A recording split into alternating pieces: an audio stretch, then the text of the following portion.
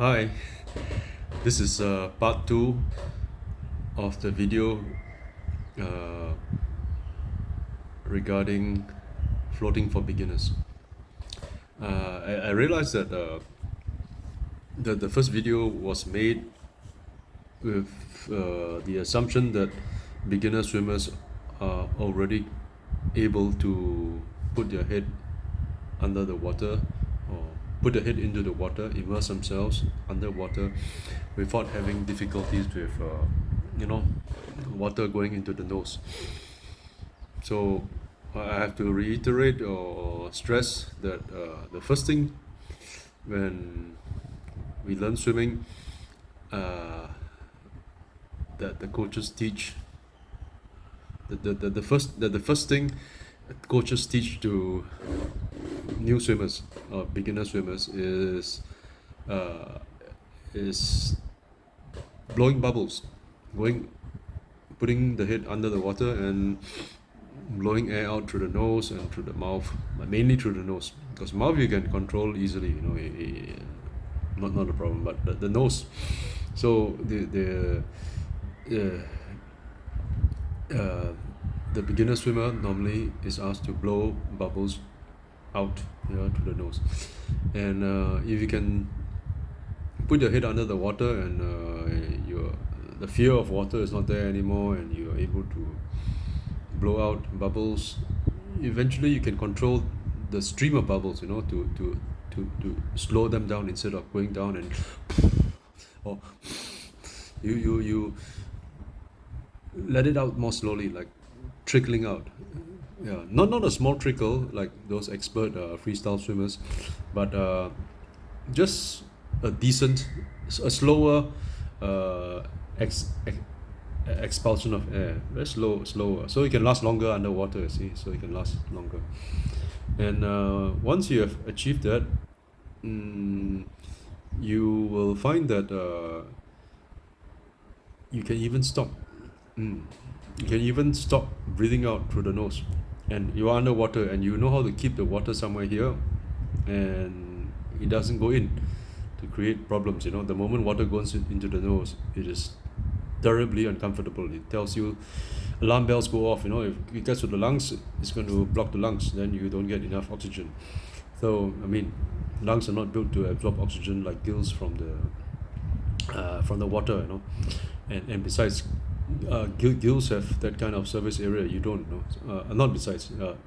It is it is a fact that our lungs are not built to have the maximum amount of surface area exposed to the water, or to get oxygen from water. So the moment we get water going into the lungs, we are in trouble normally, because the next time we breathe in air, the air can get to the lungs. I can't get to the alveoli, or the blood vessels to get diffused into your bloodstream. So the water is blocking it, and air doesn't dissolve that well in water anyway. So that layer of water, which is not really rich in oxygen, is going to be suffocating you. So you don't want to get water in your lungs, otherwise you drown. You have to get the water out, otherwise if water does get in, you have to try to get people have to get the water out. If you don't get it out, you drown. So so the moment water goes into the nose, alarm bells go off. I mean, this is a life-threatening situation, and it, by all means, yes, it is justified. So it's a natural human response to feel fear, of death, if water is really starting to encroach into this air passage. So, and if you are even an expert swimmer, from time to time I get water going in. Some guy swims with a lot of waves, or swimming fast, creating a lot of turbulence. The waves come over to me, and I'm floating here, or just swimming, sculling the water, and I have just a bit of distance between the water line and my nose, and the waves will just run over, and it goes in. I get water going into my nose, but and it's not comfortable. And the moment water starts going in, you can feel it. There should be a reflex. I mean, most swimmers, they create this reflex. and you start to blow out. More that way, if water goes in the nose, you must blow out. So you blow out, and then clears it, but you can feel this some remnants in the sinuses, so it's not comfortable. But it's just the hazard of swimming, with very little buffer or distance from the waterline. And okay, if nobody else is swimming, it's still water, the water is flat, the surface of the water is flat, then it's easy. Then it's really luxurious. You have you will have a good time. Okay, now we just said that it is justified for beginner swimmers to feel really, really anxious, the moment water starts to encroach into the nose.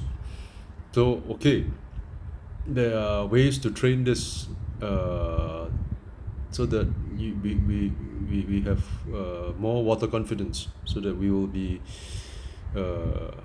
quite sure that when we go into the water, when we immerse ourselves, submerged into water, or go underwater, we feel comfortable. Yeah. So everyone thinks it's difficult to float, but did you know it's very difficult to sink as well? I mean, I've asked some people to let go all the air, and then see if they can just squat, just go down, do a squat, just like a squat, when you're doing weightlifting. Yeah, you just squat, and then you squat down, and see whether you can stay there at the bottom. So if you really succeed in letting go all of the air, yeah, you will be squatting at the bottom. But if you can't, and most people, quite a few people can't, and these people, they can't plant their feet onto the bottom of the pool. They remain floating. The head is below the water, of course.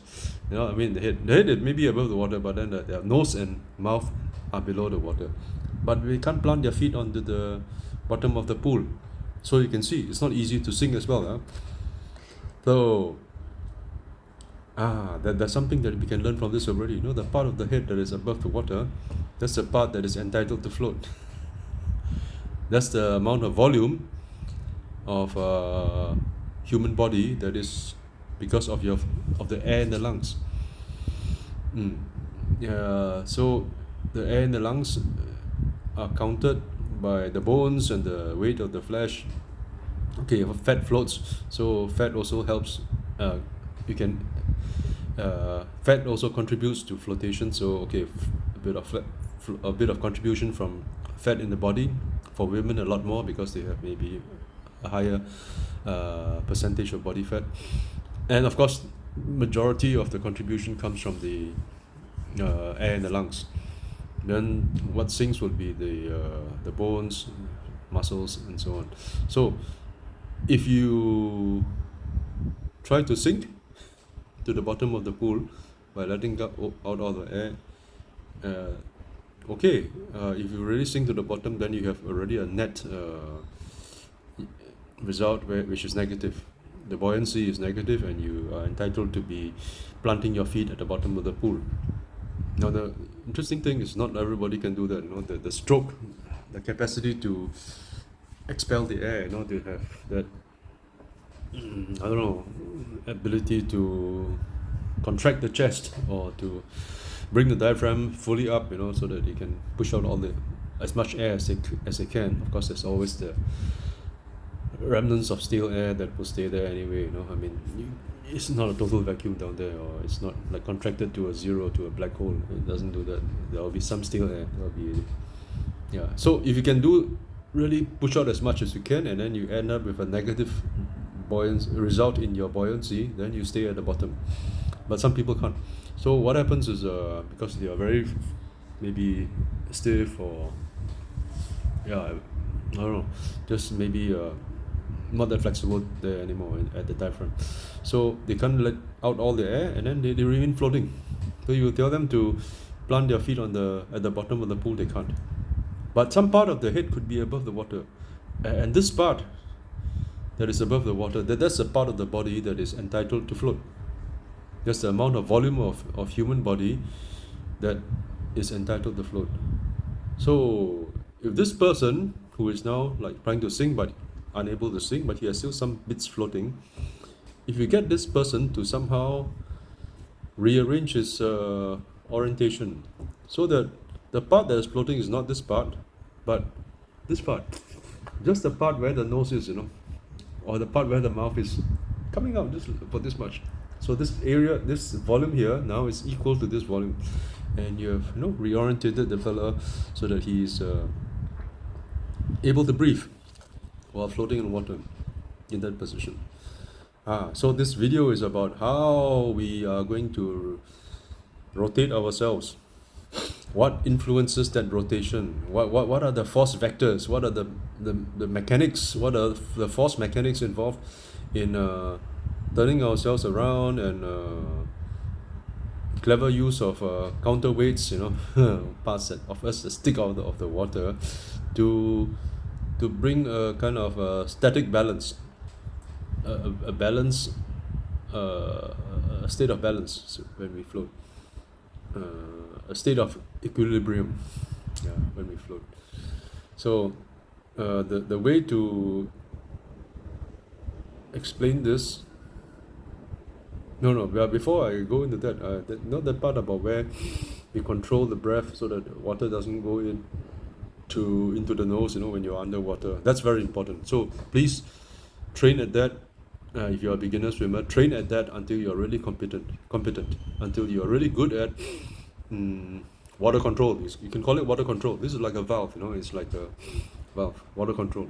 So you can just keep a lot of air in here, and then maybe you can stop blowing out through the nose and still be okay, And one thing you have to know about nose control: if you are upright like this, very easy, no issues. If you are like this, like doing breaststroke, like going down that, also very easy, no problem. But the moment you are upside down, where you go under the water, you're upside down. Water is going to just flow in, not flowing, but just in that position. It's very hard to prevent water from going in to your nose without blowing out. Now, if something is being blown out, air is coming out, water can't go in. This you must know. That's why when we first go underwater, we blow out so that water can't go in. But after some time, we come to a level of competence where we can do trickle breathing, breathe out from the nose in a trickle, just a little slender kind of exhalation of air, little bubbles coming out, boop, boop, boop.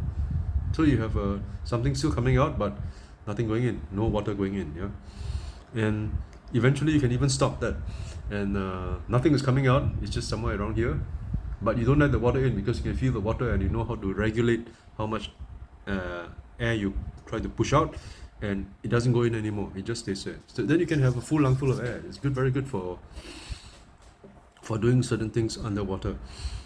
Okay, but that's not the point. The point today is we got to see that if you want to control your, call it nose control, breathing control,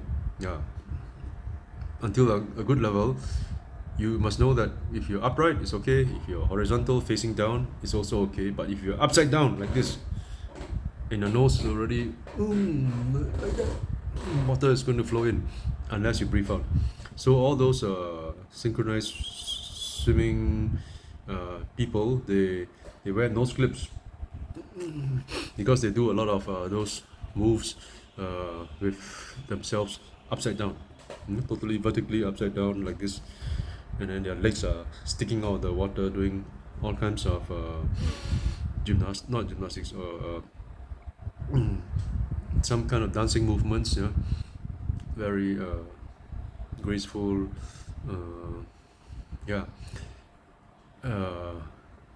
movements, and the hands are sculling, to keep themselves up there. So if you're totally upside down, you need to have nose clips. And if you do a handstand underwater, you have seen me doing handstands in some of my videos, you don't need a nose clip, because what happens is it appears that you are like upside down, but you're not really upside down. I mean, the nose is not really upside down. When the legs are vertical or nearly vertical, but what happens is that you can bend the neck like this, So when you are doing the handstand, you can look a little bit to the front. You look in front, and that really helps, The angle really helps, and you can still do trickle breathing, or you can even stop blowing out. Sorry, you can do trickle. You can trickle the air out, and you can even stop. I can stop the air when I'm doing a handstand. So, and water is not going to go in. So, one lifeguard once told me, he said, "Hey, how do you do that without water going into your nose, without nose clips?" He didn't say nose clips, but that was what he meant. And I said, "Yeah, because my head is still quite not exactly like pointing down, where my head is pointing down at the floor of the bottom of the swimming pool, but it's like I'm like that. So was still able to have some control. Yeah. Okay, so you got to know all this. You got to know when you really need to put your finger here or blow out air so that water doesn't get in your nose. But if you are vertical, like this, upright, and if you are just horizontal, facing down, no worries. It's very easy for you to control this. So have confidence regarding that. Okay, so having said that, now we look at how we are going to rotate our body, control everything. And I can't use my hand and do all that. Too difficult. So what I'll do is I'll flip the camera, and I made some sketches. I will use these sketches to illustrate what I'm trying to say. Okay, I'll flip the camera now. Okay, so we have some sketches here. One sketch here shows somebody like a guy who is floating on water. This is the water line over here, and those are his hands, elbows sticking out. That's the nose, and that's the chest full of air. That's the buoyancy, where you get a lot of buoyancy, force pushing you up, letting you float. And these are the legs, thigh bones heavy, sinking, and a bit of your face is sticking out of the water, and the elbows as well. So there's a bit of force pulling down. And if anything sticks out of the water, it is considered heavy, so it's going to cause you to sink. So yeah, so there's some force here, pushing down, and but because you have a full lung full of air, you are entitled to float. So whatever is up in the above the water here, what's a bit up here, what's a bit up protruding, jutting out of the water surface, is justified, by the overall balance of forces. So you float in that way. So this is a typical floating position for many people. Now, here we see a sketch of not a very good sketch. No artist. That's the amount of body that is entitled to float based on how much air you've got in the lungs. So this guy, you look carefully, is slouching. The neck is hunched, the chin is tucked into the chest, unlike this one where you are arching where this person has arched the neck, and also arched a bit of the chest. Neck is arched. It's going. You see the curve here? There's a curve like that. That's the arch. This arch is very important. Now here you have the reverse arch. Instead of going like this to float, this guy is going like this. It's a concave. I call it the C. The C set. You're set as a C. And it's hard to unwind it because what happens is that the muscles here are very tight. And if the muscles here are really tight, and even the lats, the back muscles are tight, you can't throw your hands over your head like this, where you can get them up here. They come up, but then they are like out of balance and very difficult, very uncomfortable. So these people will try to keep their hands at their sides, or at the most maybe out here, yeah, like stretched out. But if you find yourself in this position, you're going to sink. You don't sink. The head is still above because you are entitled to. Let's say you haven't let go all your air, you are entitled to float this part, but it's not going to help with your breathing because your breathing apparatus is underwater. The nose, the mouth are both underwater. So you feel like you are sinking, but you're not really sinking. You still have something floating here, but the lungs, yeah, okay, yeah, the whole thing is concave, and then of course the legs are heavy, so the legs are going to start sinking, and when the legs start sinking, it tries to find its new point of equilibrium or a new point of balance, because this is not going to be able to hold you like this in the horizontal position for long. You will sink. This part will sink. There's nothing here to justify that you are going to stay in this position forever. No way you can stay like this unless no, you can't. Unless you tuck in your legs. Unless you tuck in your legs over here. This one, you fold your knee joint and then you bring your feet somewhere here. Then yeah, you will float. But this guy is stretching out his legs. Legs will sink. Okay, now let's come to the last diagram. This diagram shows a guy who is doing a vertical float. And this vertical float, you can see, yeah, this is the part of the body that is entitled to protrude out of the water. That's the volume of human body that is entitled to come out based on the force mechanics. So here's the force from the force vector that goes up. That's the buoyancy from the lungs, air in the lungs. This is the center of gravity of the body, including this thing here that's up there, and that's pulling down. And when these two are aligned, you're in a state of balance. Aligned means they are acting on one common line. When they're acting on one common line, then you are stable. You're in a state of equilibrium, and you float. And this is called the stable vertical float. And everybody can do this. If I got somebody and I told him to put a nose clip here, and then just don't open the mouth, or take in a full lung full of air, and then close the mouth and never open it. And if I just ask this person now to go into the water, don't know how to float, but you just go into the water with the hands at the side here, just put the hands at the side, at the waist or whatever, you will end up in this position. You will find yourself in this position without fail.